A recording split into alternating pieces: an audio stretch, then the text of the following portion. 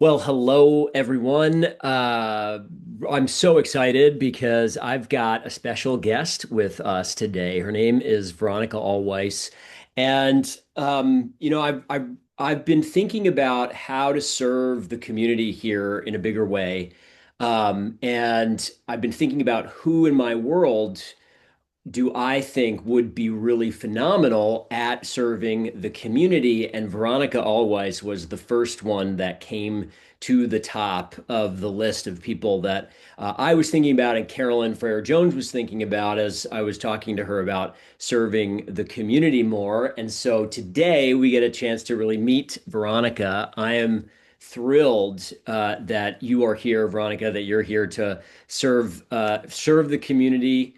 I've known Veronica for going on 4 years at least. I mean, I That's think right. we knew We each other never for met back in at University of Santa Monica. not at USM. I think I knew of you and just sort of in the general kind of peripherals, and met more officially at the CFJ coaching school. And when she entered the coaching school, she was already a seasoned coach, seasoned enroller, and she'll talk a little bit about that.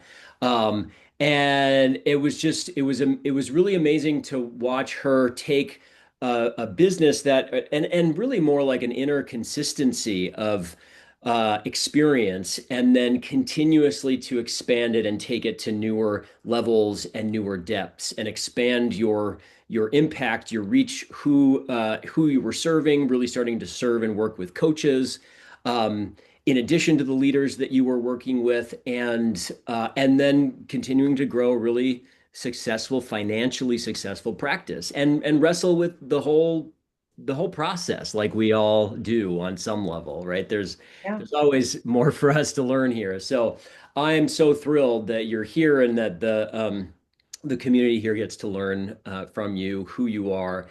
And then so Veronica is going to be more engaged with the community and really serving. So thank you, Veronica, for being here. I'm really excited. Thank you so much, Johnny. I am thrilled to be here. I have been watching this group, and I'm really looking forward to partnering with you and serving everyone that participates in our guild. And it's just an honor and a pleasure to be here to share a little bit about my story and the journey of coaching with all of you. Yeah. Yeah. So let's jump into it. So you've been coaching now roughly how long? Well, I would say I've been coaching since 2004 Okay. because I launched my coaching practice as part of my master's program in spiritual psychology at the University of Santa Monica. And shortly after graduating and launching my practice and transitioning out of my former career of producing TV and film, I was recruited by the University of Santa Monica to serve in enrollment there. Mm. So my practice then became part-time. Well, it hadn't even grown. I mean, I just launched it. So I kept my practice part-time as I served at the university enrollment, partnering with Carolyn Frere Jones for 9 years. And then I took it full-time in early 2013. So I think we're at 13 years of a full-time practice. Yeah, full time and really 20 plus years in the realm of coaching Oh, and things like that. So yeah, a lot of experience. And in that time, you've coached international leaders, you've coached coaches, and there's been an evolution in your business, right? they're absolutely. I lived in Los Angeles, and when I was first coaching, it was clearly people in my world. So I began coaching people that I knew in the entertainment industry, USM grads, and again, like that was part-time. And it wasn't until a significant turning point, which I'm happy to share about at some point in this call, Sure. in the beginning of 2012. Well, why don't I share about it now? Go for it. Okay. So, We'll give a little background leading up to yeah. that, right? Yeah. Okay, sure. Sure. So part-time coaching people I knew, some colleagues from college, some friends from college, people in my community in California. And again, my primary focus was my full-time job serving at the university. So in a sense, you know, my practice was something I did on my spare time at that time. However, during the time that I was serving at the university, it could not have been better fertile ground for consistent enrollment practice, meeting people where they're at, service-oriented enrollment. And you know, I got to partner with Carolyn on that. She was my boss for years, and then I was promoted into her role when she took her coaching practice full time out in the world. And we know now what she's up to. And we had really the most valuable enrollment coaching because Steve Chandler was our coach for both of our times while we led in enrollment. So 9 years that I had of enrollment coaching with Steve Chandler in service to the school. Yeah. And Challenge, how many yeah. people did you have to enroll into the Well, enrichment class? we look at it as like two significantly large groups. So we were responsible for filling the master's program in spiritual psychology the first year and the second year, re-enrolling grads into auditing the program. But essentially, our number was just under 300 each year. Every year, Every 300 people a year. That's for the initial for the entry into the master's, and then there were other programs and sure. so forth that we also were Yeah. involved I mean, that's not a in. small number of enrollment and not a small number of conversations. I really I learned over and over again through the practice of what it takes to fill a group of that size. You know, we would kick off full-time enrollment every January, and we would ramp that up week after week, day after day, month after month until we launched the class in October. We had also a makeup class in November, and then we'd regroup, debrief, run game film, and prepare for the new year. And that took, I would say, I spoke with an average of 1,200 people a year, 1,200 Wow. individual prospective students ranging from 18 to 85 who were considering and exploring this school, this education and this transformational program. And I'll never forget it. Like there were people that I spoke with that I had spoken with every single year and were not yet ready. So I also learned that Wow. enrollment can be a long game. Yeah. Yeah, absolutely. Which is, I mean, applies to coaching perfectly, right? Because I've had similar experiences in my coaching where I've had conversations with people year like for 3 years, and it was on year 3 or 4 that they finally came through, either with my coaching practice or with the CFJ school. So that tracks. And you never know the impact that you're making in one conversation. Absolutely.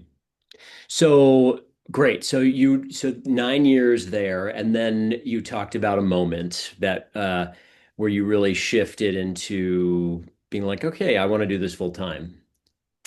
Yes, I mean the thing is that I loved what I was doing. I loved working with Carolyn, getting coached by Steve, and of course, I continued to be inspired by serving the university and enrolling people into a program that I knew held so much value for so many people and so much possibility of growth, self-mastery, and really changing people's lives. So I believe so much in what would occur once they were in the school that, my confidence and of course my practice of enrollment just really was such a fit, and that's why I was so successful doing that. So at the same time, to get to that turning point, I consistently had that like niggling of when am I going to do my work out in the world? Hmm. I felt very called to be a full-time coach. I felt conflicted with loving the work that I was doing year after year at the university. And I also had to wrestle with some level of self-doubt of like, is there enough value in what I can provide in the container of coaching with me? Like I trusted the work at USM once I passed them off into the school. So there were a few things going on. One was, can I do this on my own and create a living? am I ready? Like this readiness, can I trust the value of someone working with me? I had only had a part-time practice. Hmm. So all this enrollment training and expertise and experience, like I trusted my enrollment skills to enroll people in working with me. And then I had a little bit of fear of, well, then what? Am I going to be able to really serve these people? Hmm. So that was occurring and really coming up to the surface as I wrapped up, well, I mean, as I was serving and in conversations with Carolyn. And a second thing that was happening for me that was a dream also not yet fulfilled was to move and live in New Orleans, which was something I wanted to do for years. And it just wasn't lining up because my life in LA was great. It was good. Successful, great community, work, full-time, all of that. And it was a lot to leave LA to consider living in New Orleans. And yet that was another dream that I was sort of sitting on year on year on year. So these two dreams are sort of bubbling up to the surface. And at that time, as I shared, Carolyn Freyer Jones was had her coaching business, and she and her best friend and business partner at the time, Michelle Bauman, were leading these these coaching groups for women. I forget, think they were like 4 months or 5 months long. And it was Michelle that enrolled me into the group. And at the time, I will say I had never invested any much money at all in coaching, in having a coach. I had a coach when I applied to USM. She was great, but I never really put down any money. And this was only, I'm going to say only, 2,500 bucks. And I still was, and she was trying to enroll me over Christmas. And I'm thinking, are you kidding me? Like, I don't have an extra 2,500 bucks laying around. I had not really had a private client of my own in the last 5 months because I was focused on filling the class at USM.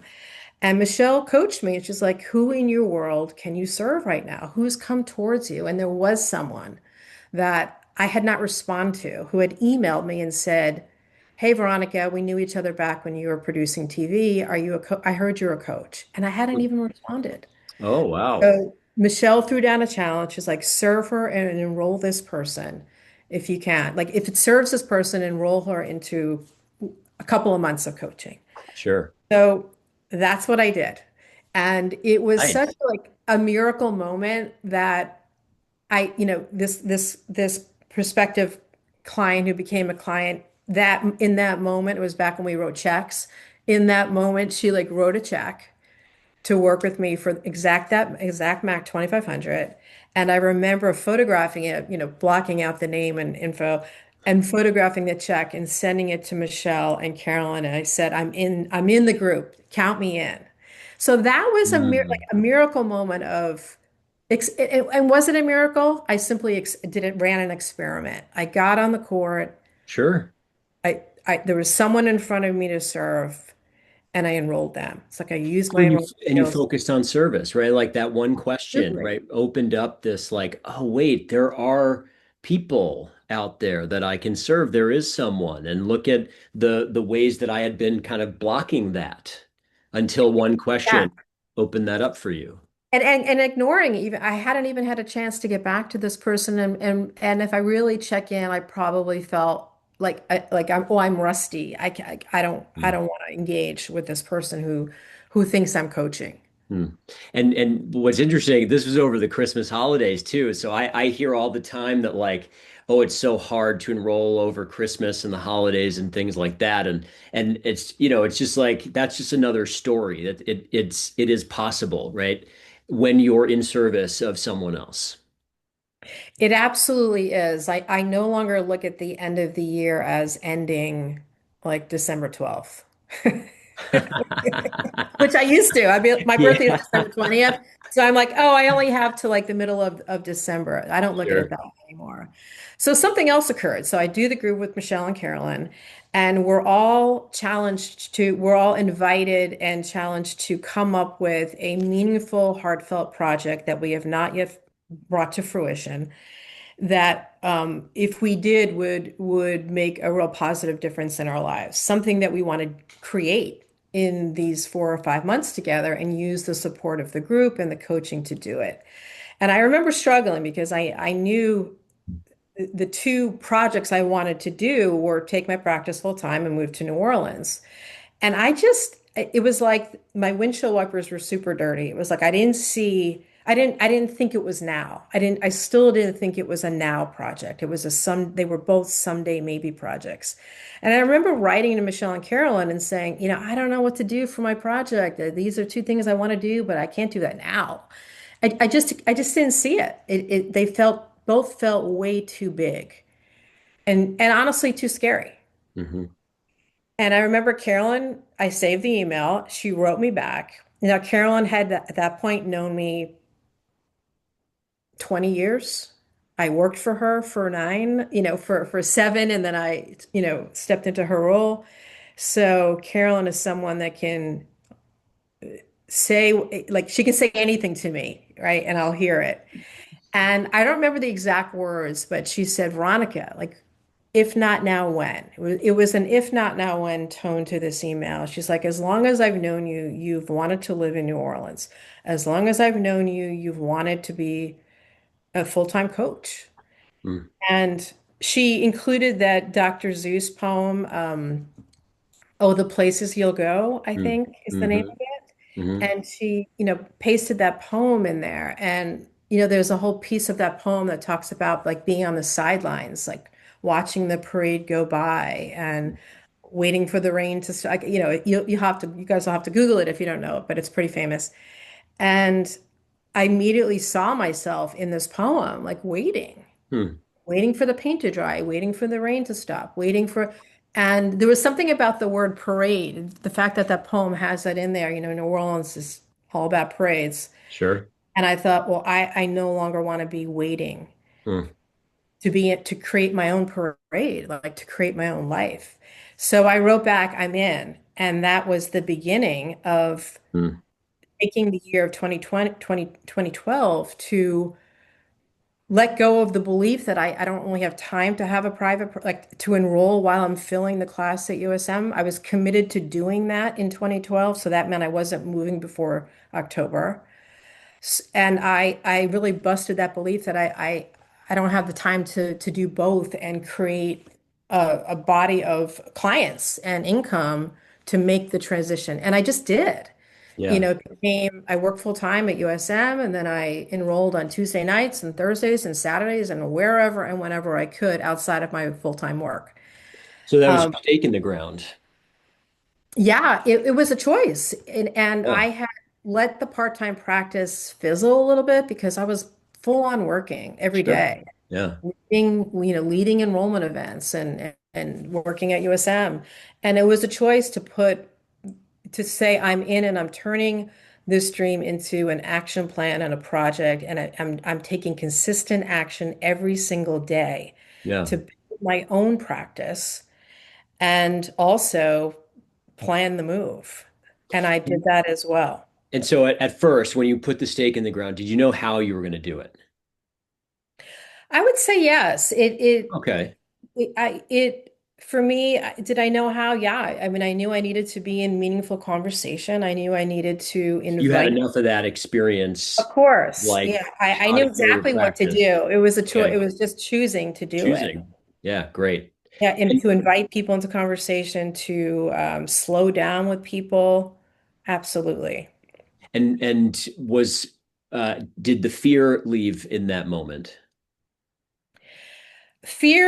My fear got replaced by such enthusiasm and inspiration. I felt so supported by Michelle and Carolyn and the other women in the group. Hmm. I remember they were quite, not Carolyn and Michelle, but the women in the group were quite shocked that I picked such a significant and life-changing project, Hmm. moving and quitting my job Yeah, and you really went for it. yeah, and I remember Michelle and Carol, but they were so supportive of it, and Yeah. I felt very aligned, head, heart, and guts. I felt very aligned and on purpose. Hmm. Were there moments of fear? I mean, not until I got to New Orleans, and I'll get to that. Okay. Reality of actually doing it, the Yeah, prep yeah. in the building. So, Right. so what happened gearing up to all that was I also put a stake in the ground to fully serving the university and creating the best year of excellence that I could, even though I'd been at the university for 9 years. It's like, I want to leave this place having served with the highest level of excellence that I can. And I did.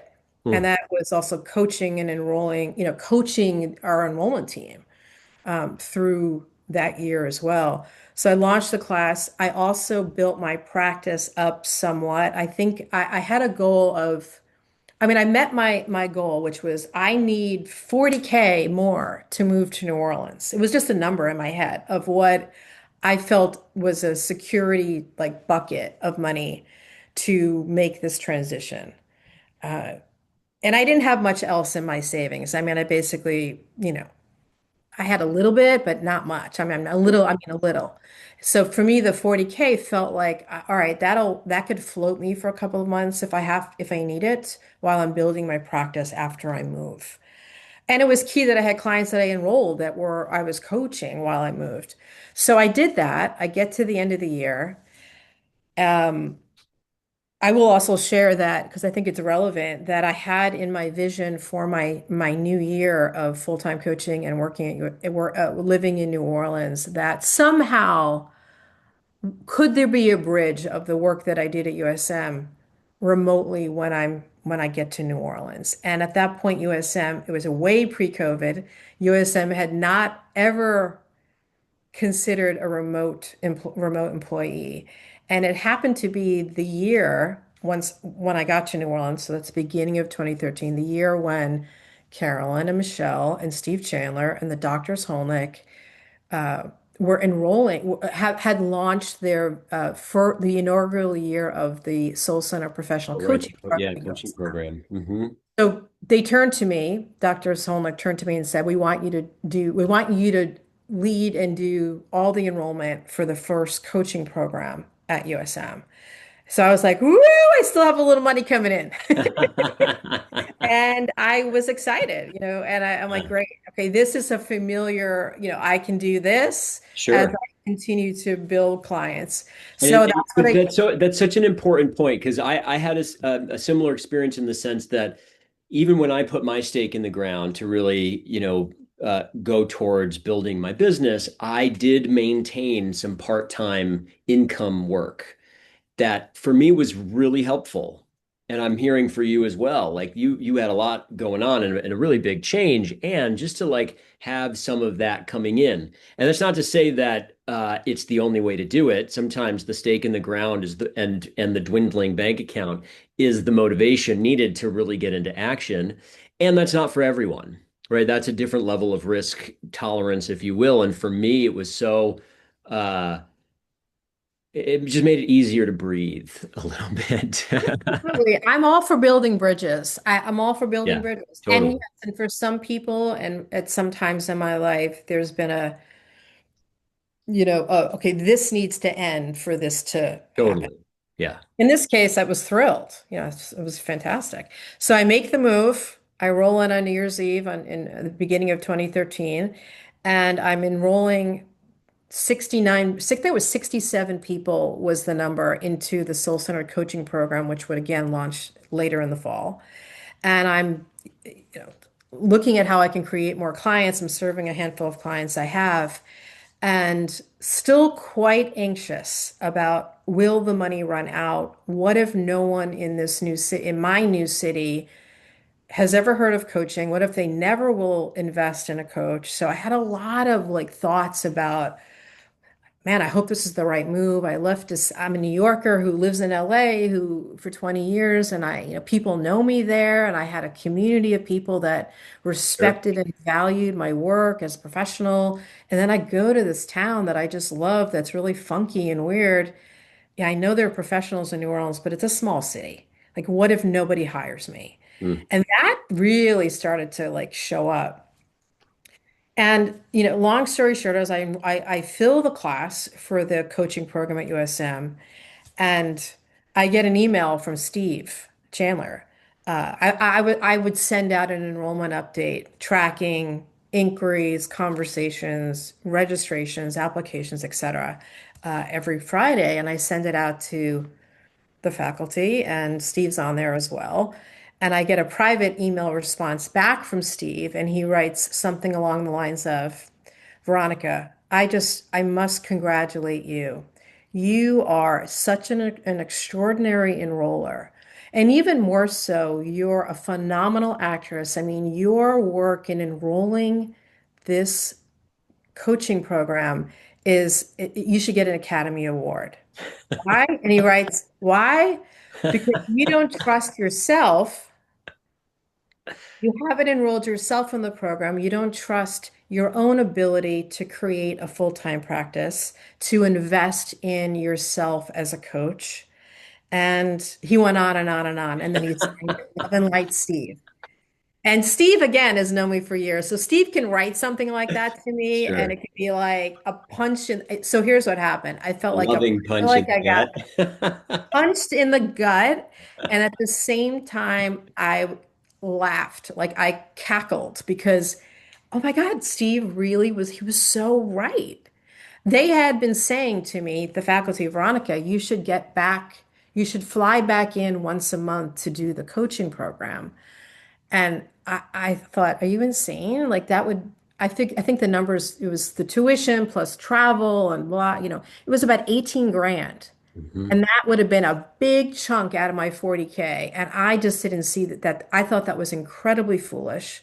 I just landed in New Orleans, was only there a few months. How am I now going to justify to myself investing 18K into getting back on a plane, going back into the building where I sat for 5 days a week, and, and getting into a coaching program just to see if that would help me.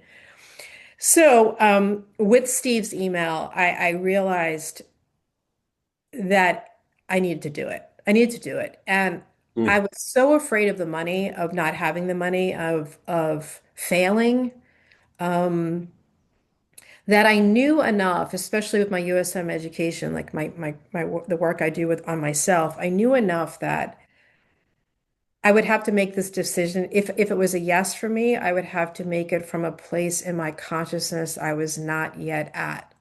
mm. Like I aspire to be a coach that would invest something like 18K or 20 or 50. Like that, those numbers seemed out of this world, but even 18K was like, I want to be a coach that does that. And I bit the bullet. I said I'm in. I literally enrolled myself into the program I was enrolling everyone else in, and I began that program. And I Mm. began that program. Amazing. It's such a good story. Thank you. Actually, I think I don't remember exactly when the program started. I feel like it was in the spring. So I will say I did this program. It was great.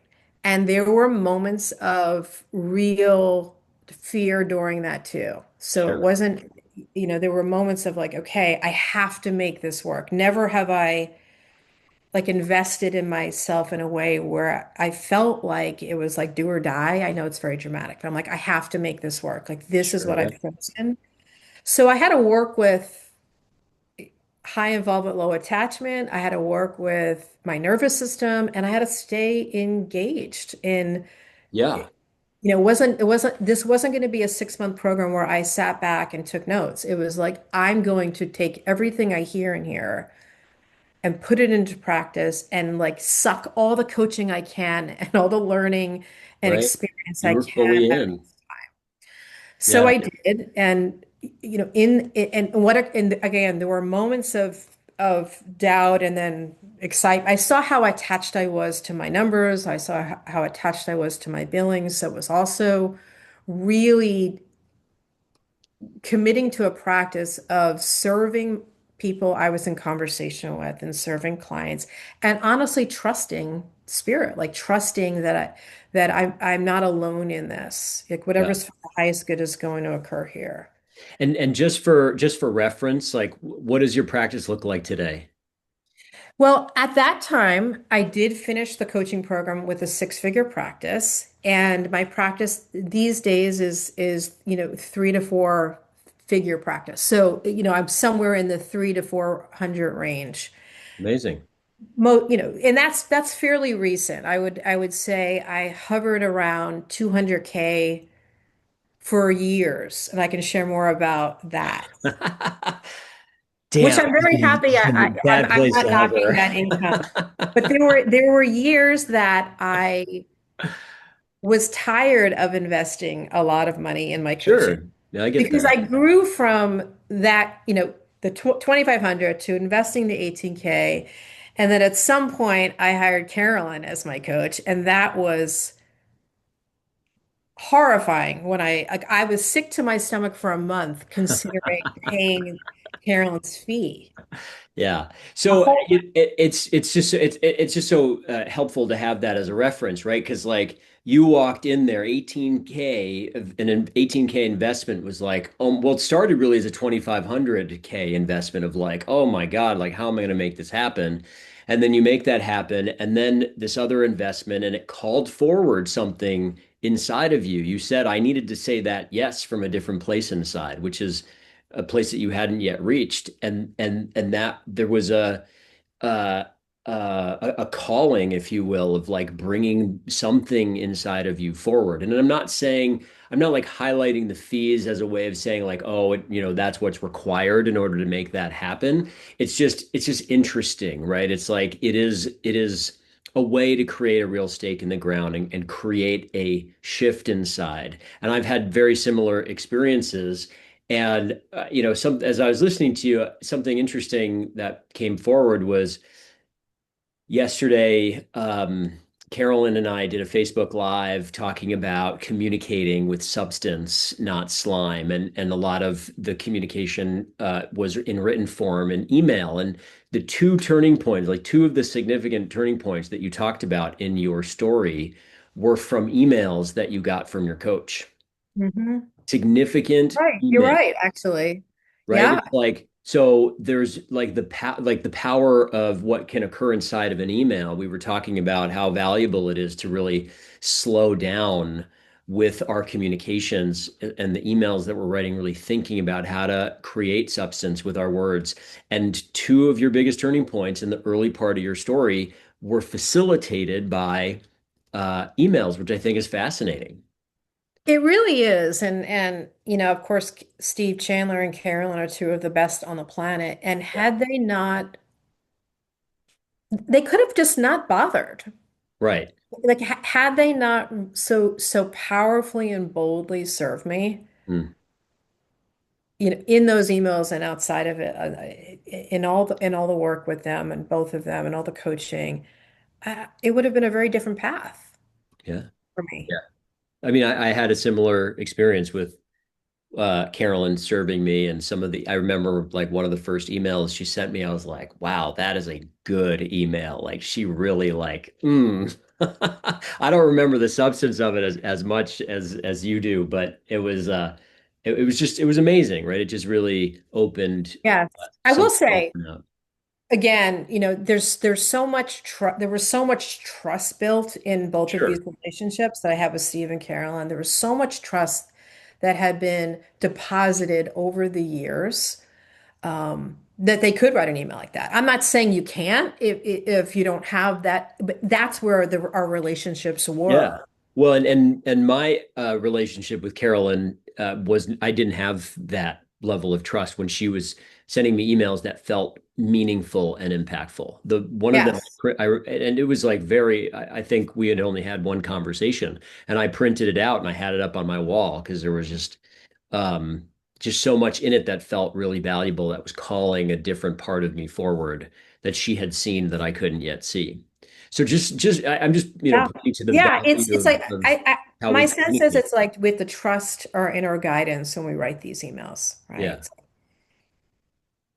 Where when you're writing an email or having a conversation, it's like where are you inside, right? Are you focused on yourself or you focused on the client? Are you totally. an ego-based thinking or authentic self-thinking? It's like where are we inside? So I do believe as coaches we can write bold, potentially provocative emails if we're anchored in service and I'm going to say loving. Like if Yeah. we're Right. really if we really get prompted that send this email, go for it.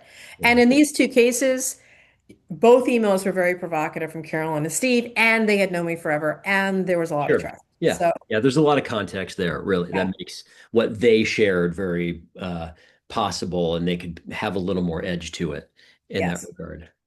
So great. So great. So then that started your journey. You moved to New Orleans. You spent the next 7 or so years, kind of, getting coached by Carolyn for some of that time. And then at a certain point, you decide to join the CFJ school. I And did. Yeah, at I'll that start. point, you'd had a pretty robust practice. So yeah, can you talk Yes, about that part? I will. So by that point, I had been already coaching leaders for yeah, whatever it was, like the last 8 or 7 or 8 years. And, I've been coaching, global sales leaders for companies like Google and Meta. And I was facilitating and coaching people in Singapore and Sydney and in the UK and some in New Orleans. And I still had clients in the US and things like that. So things were good.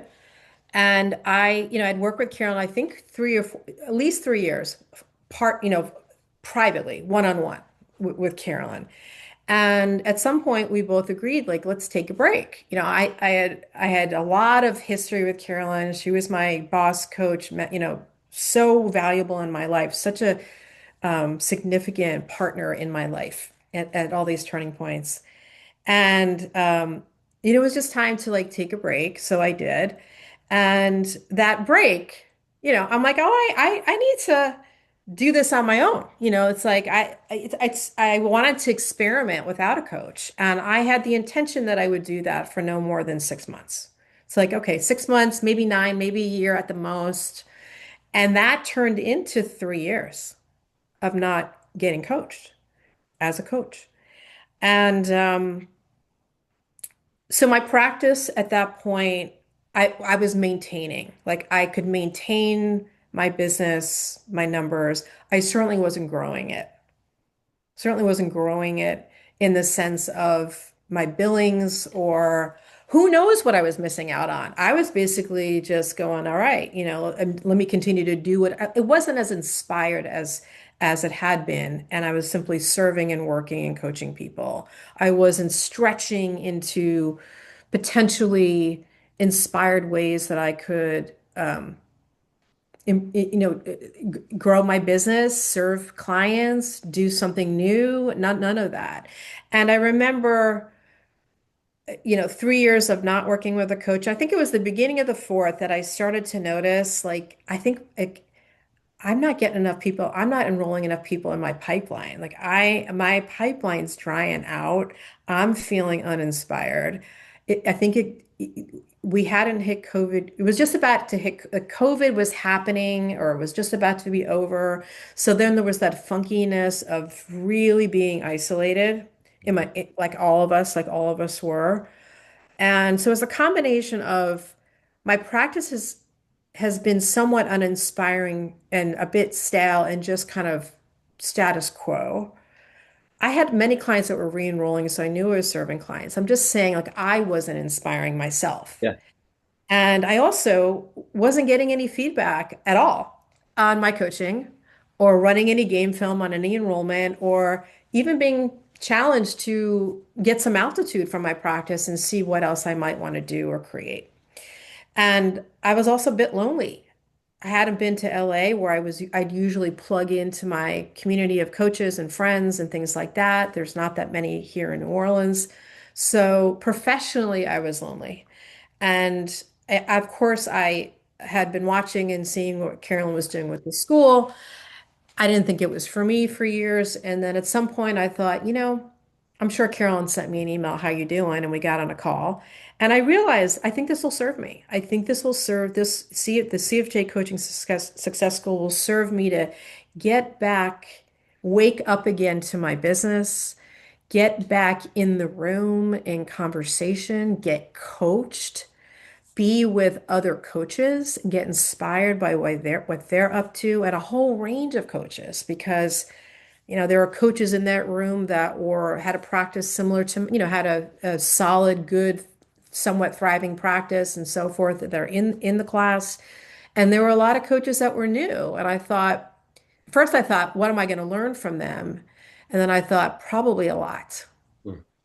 probably a lot, because this is about practice. And I was looking forward to newer coaches and what their ideas were and inspiration, Sure. um, and getting back to some of the basics. And of course, the program, the CFJ school meets you where you are in your coaching practice, in your business, whether it's you're 2 months in or 20 years in. And that was my experience. And it was great to be, again, physically with people in the room and to be inspired and challenged and to be uncomfortable and all those good ways that we can be uncomfortable when we're growing and learning. Yeah. And that infused my business again.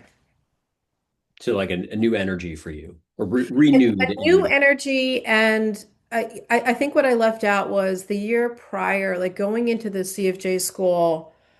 I had a few clients that had worked with me for years, like were in their fifth, sixth, seventh year working with me. And, the dreaded, I think I'm complete conversation happened with, I think, two of them that were a significant percentage of my 200K, Mm-hmm. a significant percentage. And I thought, oh crap, like they're not re-enrolling. And notice how attached I was to that. Sure. So we completed because it was just time to complete. And I realized I had this like gaping hole in what I was relying on in the year that I was in for my billings. So when I got into CFJ, I had a lot, I had, I had a pipeline to fill that I hadn't been nurturing consistently in the last few years. Yeah. Yeah. Yeah. Your attention had gone off of business building as much as it had been in the past, and just kind of serving who was in front of you in your company. Yeah, and I certainly served who was in front of me and created ways of serving these leaders' teams, and especially during COVID, I went deeper with clients versus expanding clients. And the word that Carolyn used, and I wouldn't disagree, was I was coasting. Mm. I was coasting in my business, Mm. and that led to, at some point when clients do complete, coasting doesn't work, right? Because there's nothing like I was attached to those clients continuing. And Yeah. then when I looked over here, I hadn't been nurturing, inviting, and serving other people Right. that much. So as you kind of reflect on your whole journey, what would you say has been the hardest part of your professional coaching journey for you? That's such a good question.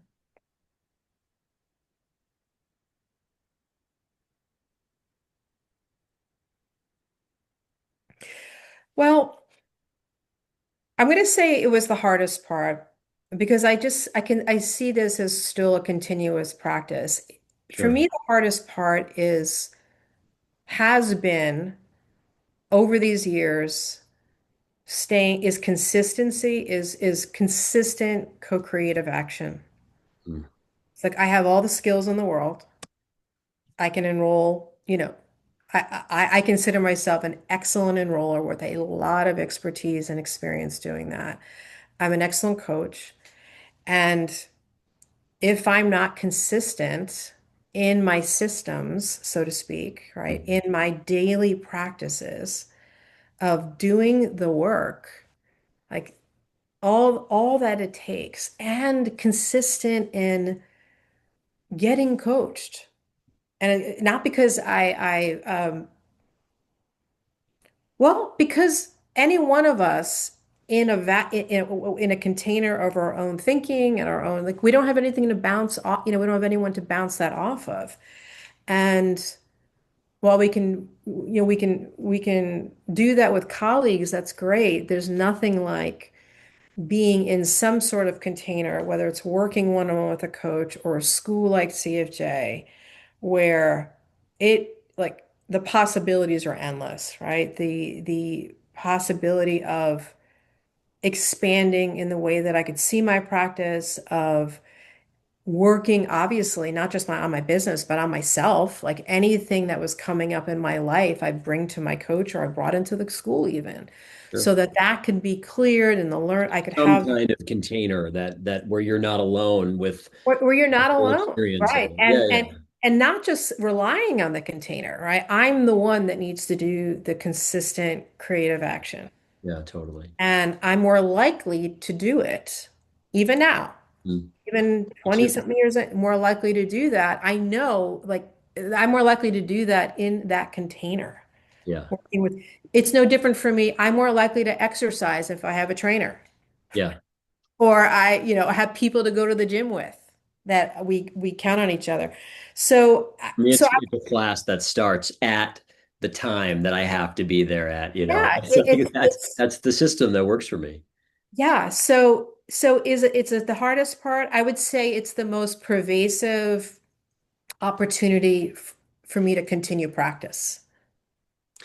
And what are you the most proud of along your journey? Hmm. My courage, Mm. my willingness. I know you said the most. I think I'm giving you more than one. Well, whatever comes up for you. My courage and willingness to I don't take the leap sounds so cliche, but like in those moments of choice, to go for it. Mm. Go for it and say, okay, I trust myself, I trust my path, I trust what I'm investing in, all of that. And I trust that I can make a difference in people's lives when I work with them. So those moments of courage and self-trust, I would say. Yeah, yeah, awesome. I can relate to that as well. And what are you most excited about for the future of your practice? Wow. Okay. Well, it's still, I don't know exactly what's happening here. And, I've lived in New Orleans now for 13 years and I still love it. And, there are seasons in our lives and chapters. So for me, something is occurring here where I may live part-time here and part-time in Europe. So that's my life. That's the rest of my life. And I continue to coach leaders and coaches, and I love that. And what people may not know about me is that I'm wildly creative. I've got a wild creative side over here Incredibly. that comes out in my costumes and in beauty that I create and artistic things. And I'm a much better coach because I have that I believe in creativity. It fuels not just my art. It helps me problem solve with CEOs that I coach and help them to create and think differently. And so I see more infusion of creativity and igniting creativity in my clients, Mm, my coaches, the coaches I coach, leaders I coach, and in my own life. In other mm, words, popping the cork on what's the professional way to coach people? Like I'm bringing more creativity into my mm. business development, into what I do with clients, perhaps. And stay tuned because it's a process. Sure, yeah. And just that's just exciting, right? There's a lot of potential and possibility there. And Veronica makes these elaborate costume. When you were talking about the New Orleans parade, I'm like, you really do make your own parade, like beautiful, elaborate, gorgeous costumes that are just wildly creative. It's really quite amazing. And Johnny, I want to add to that. Just thank you so much. I appreciate that. I used to think as a leader, as a professional coach who coaches senior leaders and entrepreneurs, and that meant I had to be a certain way professionally, that my creativity was something that was only relevant in the rest of my life. Yeah. And yet I was envious of other coaches I saw who brought like their secret sauce, like their authenticity, like they didn't leave part of who they were out of their practice. And that's what this year is about for me, is an exploration of merging the two. And it doesn't mean that I'm going to do art projects with my client. I mean, I might. It's more of how creative can I be in my practice right now and in Great. serving my clients. Yeah, such a great question. I can imagine a potentially inspiring orientation for you to like bring you into the future, right? Like how creative can you get? Such a interesting process of discovery for you. So Thank you. that's And awesome. what would more creativity, the possibility of creating something in my clients' lives look like? Like what would need to what can be unlocked potentially inside the clients that I coach Mm, if they were 10% more creative in their own businesses, in their lives? beautiful.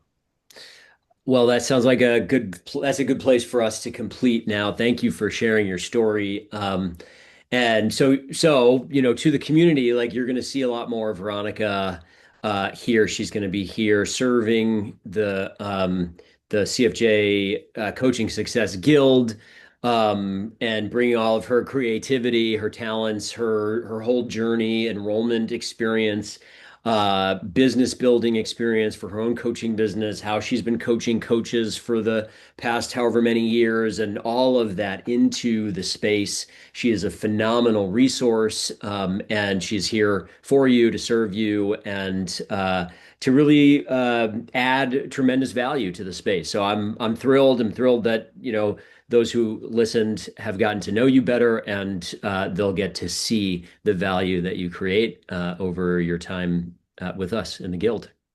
Thank you, Johnny. And I'm just so happy to be here and to be in service and to partner with you, Johnny.